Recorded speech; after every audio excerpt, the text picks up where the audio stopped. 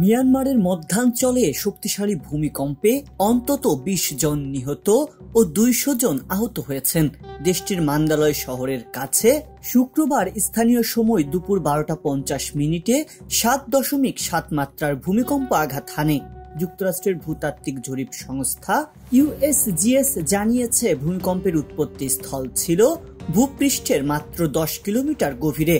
ভূমিকম্পের পর ১২ মিনিটের ব্যবধানে ৬.৪ মাত্রার আফটার শক অনুভূত হয়।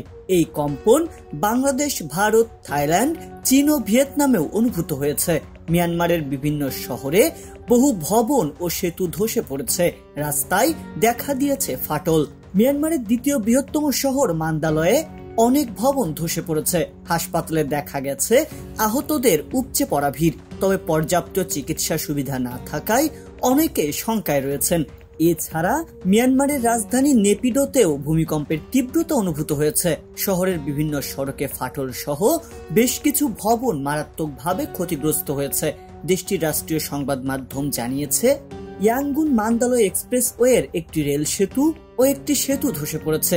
একই সাথে সাগাইং অঞ্চলে ব্রিটিশ আমলে নির্মিত ঐতিহাসিক সাগাইং সেতু ধসে গেছে, যা ইরাবতী নদীর ওপর নির্মিত ছিল।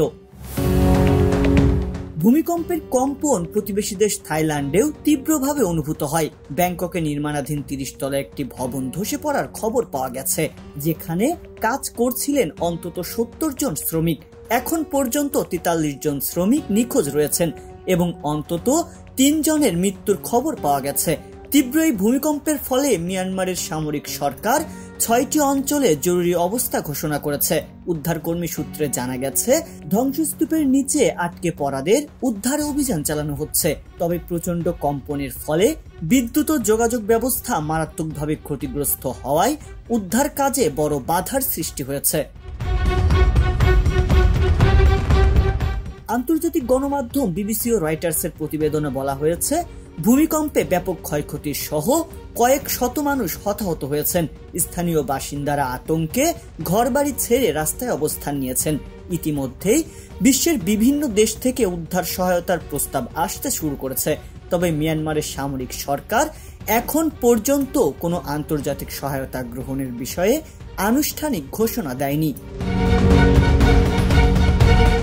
রিয়াজুল ইসলাম, সংবাদ প্রকাশ। সংবাদ, ফিচার ও অনুষ্ঠানের জন্য ভিজিট করুন সংবাদ প্রকাশের ওয়েবসাইট এবং যুক্ত থাকুন ফেসবুক পেজ ও ইউটিউব চ্যানেলের সঙ্গে।